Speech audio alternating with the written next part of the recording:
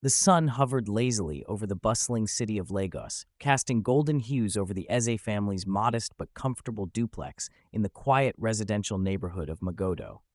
The estate was serene, a stark contrast to the usual chaos of Lagos traffic and market noise. Inside the house, 6-year-old Justin Eze sat on the floor of the living room, doodling on his coloring book while his parents rushed about, getting ready for work.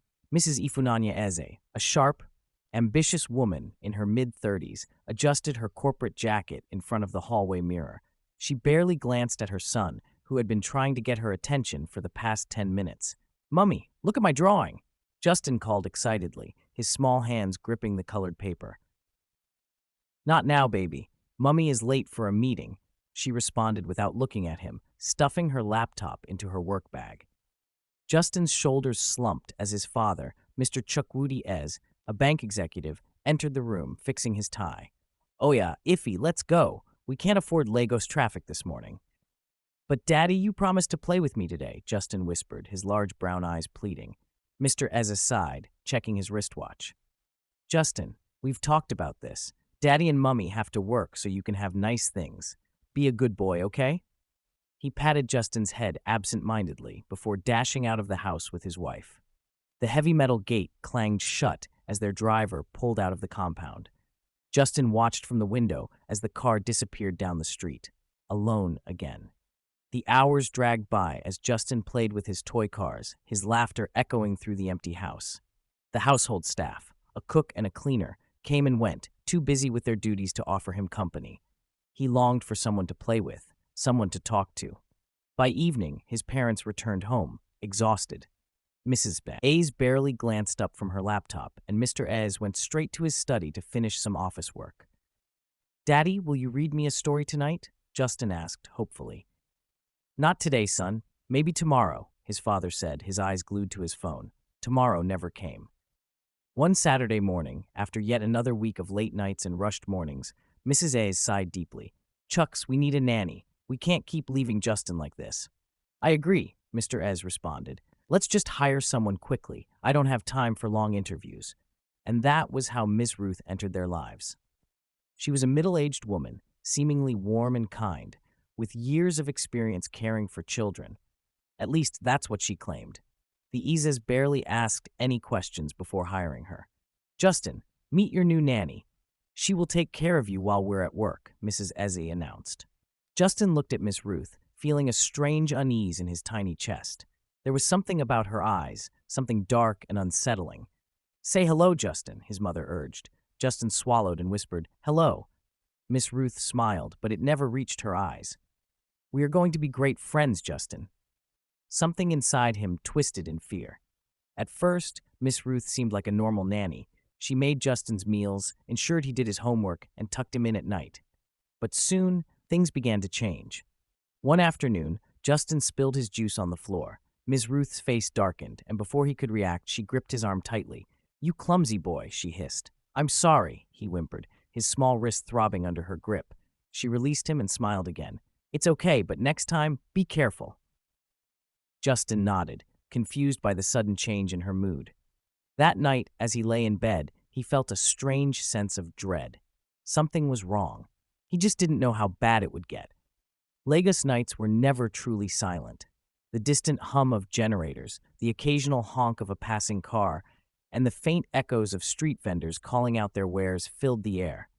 But inside the Eze household, silence stretched thick, pressing down on 6-year-old Justin like an invisible weight.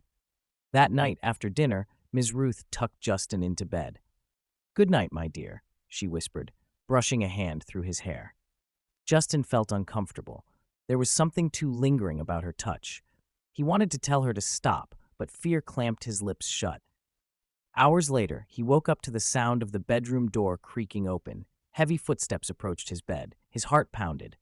"Nanny?" he whispered, but there was no answer, only darkness. And then it happened. Justin didn't understand everything, but he knew it hurt. He knew it was wrong. He knew that the darkness swallowing him that night would never truly leave him again. The next morning, when he tried to tell his mother, she barely looked up from her laptop. "Justin, I'm very busy right now. Can you go and play?" His father was no different. "We'll talk later, champ." Later never came. The days blurred into weeks. Ms. Ruth's cruelty increased, each act of abuse worse than the last, and every time he tried to speak up, Justin's voice went unheard.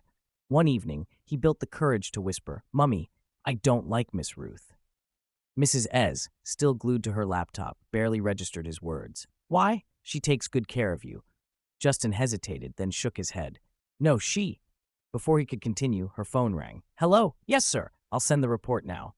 She hurriedly waved him off. "Not now, Justin." Ms. Ruth stood in the hallway, listening, watching. That night, she pressed her lips close to his ear and whispered, "If you tell them again, I will poison them.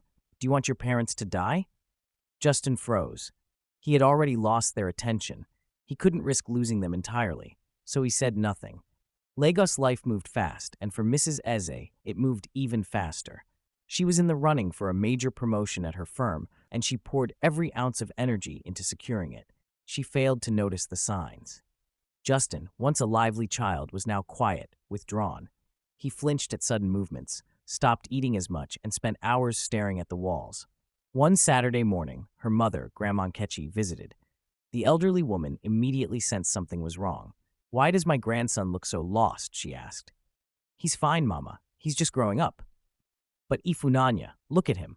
He won't even meet my eyes. He's just shy. Mama, I don't have time for this. I have work to do." Grandma Nkechi sighed. "Sometimes the things we refuse to see are the things that will destroy us." But her daughter wasn't listening. That night, after his parents went to bed, Ms. Ruth grabbed Justin by the arm.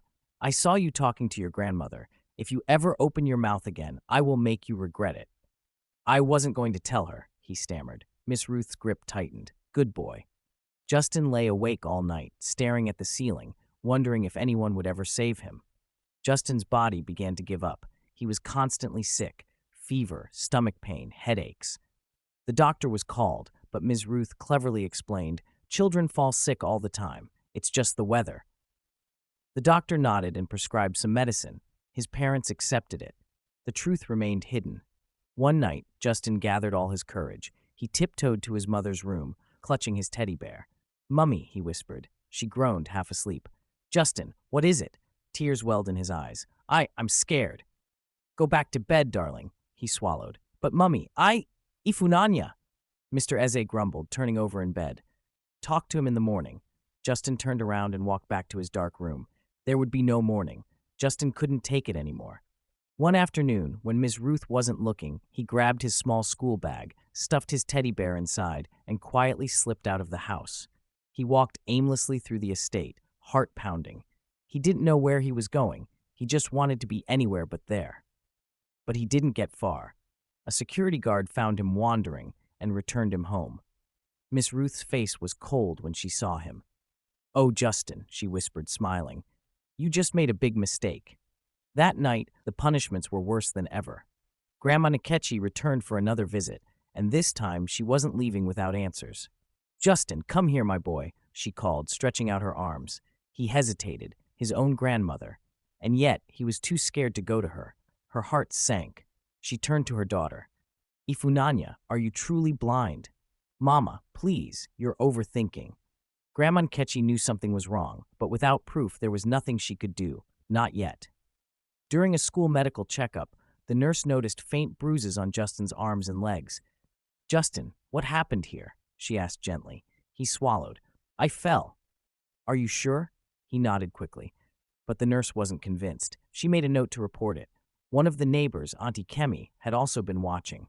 "That boy is not okay," she told her husband. "So what do we do?" "I'm calling child services." But when she called, she was met with bureaucracy. "Madam, unless the parents complain, there's nothing we can do."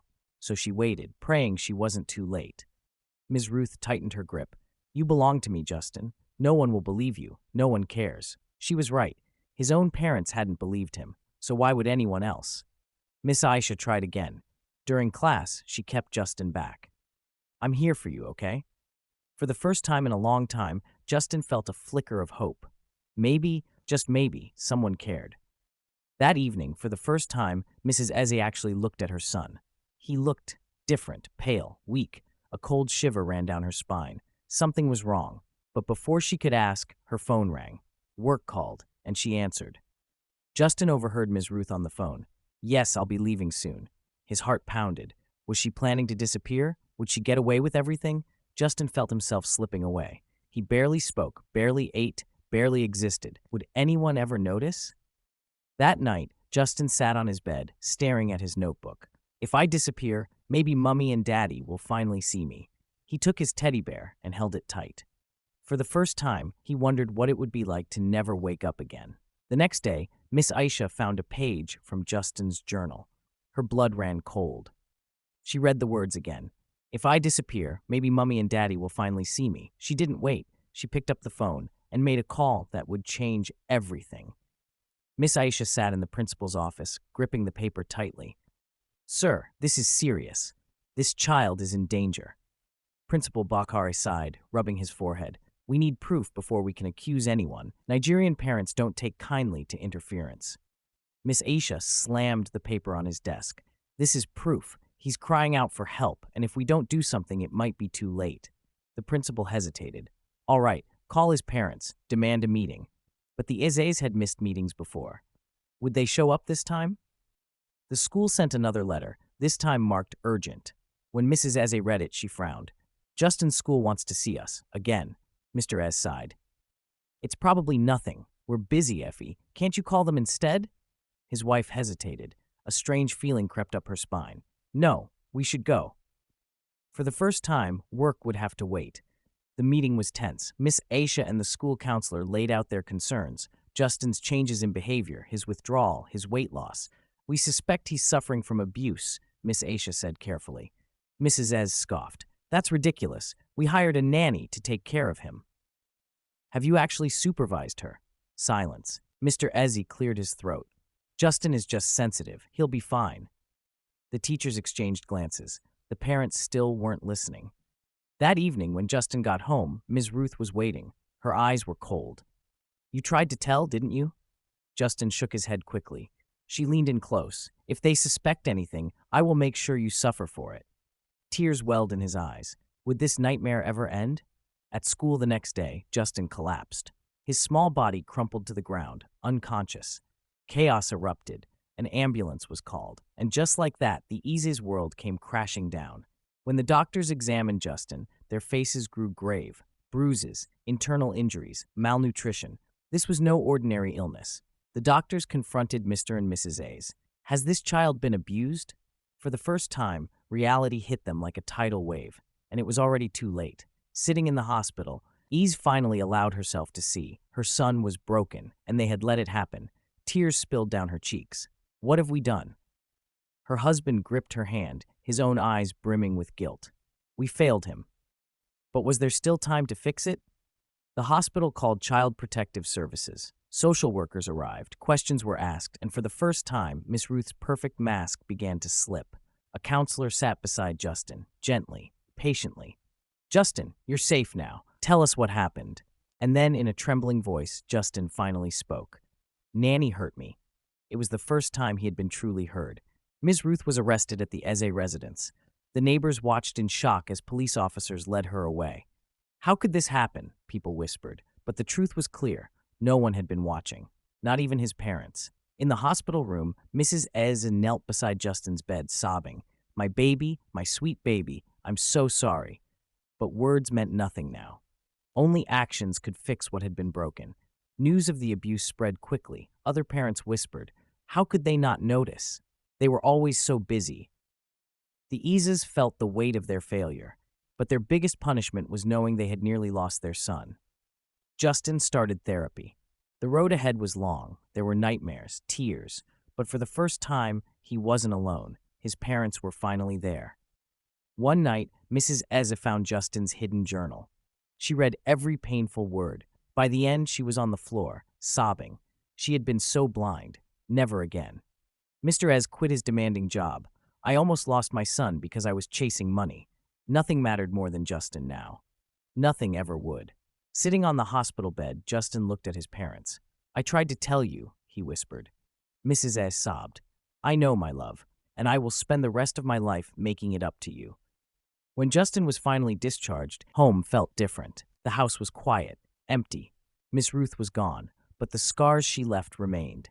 The Easies were investigated for neglect. They almost lost custody. They begged for another chance, a chance to be the parents they should have been. Miss Ruth's trial was swift. Her crimes were exposed. Justin's testimony was heartbreaking. She was sentenced. Justice was served. But would it ever be enough? Miss Ruth was taken away. The world moved on, but Justin's journey was just beginning. Healing took time. But this time, he had his parents by his side. Justin struggled to trust again. His parents walked on eggshells, but slowly, brick by brick, the walls started to fall. Therapy, love, patience, the only things that could fix what had been broken. Mr. Ez became the father he should have been. Every morning he made breakfast. Every night he tucked Justin in.